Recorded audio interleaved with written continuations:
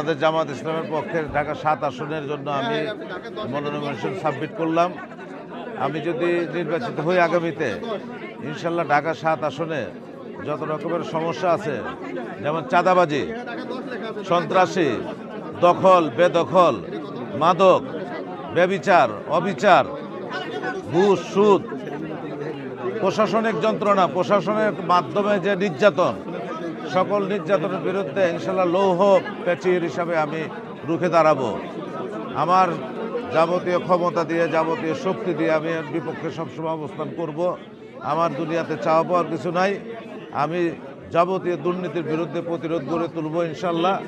আর যারা নির্যাতিত, নিপীড়িত, তাদের পাশে আমি সবসময় থাকব। আমি ইতিমধ্যেই ঘোষণা দিছি যে আমার মোবাইল নাম্বার 24 ঘন্টা খোলা থাকে। যে কোনো সময় যে কোনো মানুষের যে কোনো প্রয়োজনে আমাকে যখন খুশি তখন ফোন করতে পারবেন এবং যে কোনো বিপদে আমি আপনাদের পাশে এসে দাঁড়াবো ইনশাল্লাহ। এটা আমার কমিটমেন্ট, এটা আপনারা দেখবেন আমি এটা প্রতিপালন করব।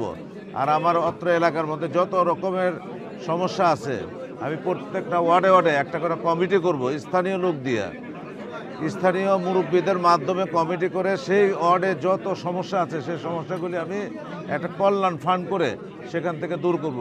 সরকার যদি আমাকে কোনো ফান্ড নাও দেয় আমি নিজের উদ্যোগে সেটা করব ইনশাল্লাহ।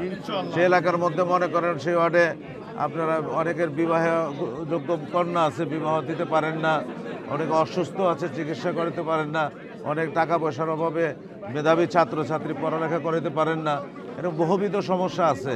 সেই সমস্যাগুলি ইনশাল্লাহ ওই ফান্ড থেকে এবং স্থানীয় লোকের সমন্বয়ে সেটা সমাধান করব। এইভাবে যত রকমের সমস্যা আছে আমার সাধ্যমতে আমি সেই সমাধানগুলি করব। যেখানে রাস্তাঘাটগুলি অনেকগুলো দেখা যায় কি ভেঙ্গে বছরের পর বছর ফেলে রেখে দেয়, কোনো তদারকি নাই, কেউ দেখশন করার নাই, সেগুলি আমি করতে দিব না। রাস্তার কাজের জন্য করবে নির্দিষ্ট সময়ের ভিতরে সেগুলি শেষ করতে হবে। গ্যাসের সমস্যা, আমাদের পুরনো শহরে ঢাকা 7 আসলে কেউ গ্যাস পায় না। প্রত্যেক মাসে সরকার গ্যাসের বিল নেয় কিন্তু গ্যাস দেয় না। এই প্রতারণা বন্ধ করতে হবে। গ্যাসের সিলিন্ডার যারা ব্যবসা করে তাদের জন্য যোগ সাজসে এরা আপনার এই গ্যাসের লাইনগুলি ছোট করে রেখেছে যাতে ঘরবাড়িতে আপনার গ্যাসের মাধ্যমে, সরকারি লাইনের মাধ্যমে যাতে পাকশাক করতে না পারে, এবং বিল কিন্তু মাসে মাসে টিকে নিচ্ছে। তো এইসব প্রতিরোধ করতে হবে। ন্যায়ের পক্ষে যত রকমের কাজ আছে আমি ইনশাআল্লাহ সব ন্যায়ের পক্ষে থাকবো, জনগণের পাশে থাকবো। বিশেষ করে যারা নিপীড়িত জনগণ তাদের পাশে আমি থাকবো ইনশাআল্লাহ। আপনাদের দোয়া চাই, সহযোগিতা চাই। নির্বাচনের পরিবেশ এখন পর্যন্ত যদি বলেন আমরা খুশি না, কারণ সন্ত্রাস, দুর্নীতি, কিছুদিন আগে আপনার হাদিকে মেরে ফেলা হইল। উনি তো আমাদের মতো একজন ক্যান্ডিডেট ছিলেন, তাই না? ওনাকে যে মেরে ফেলা হইলো, সরকার কি করছে? সরকার কোনো প্রতিকার করে নাই।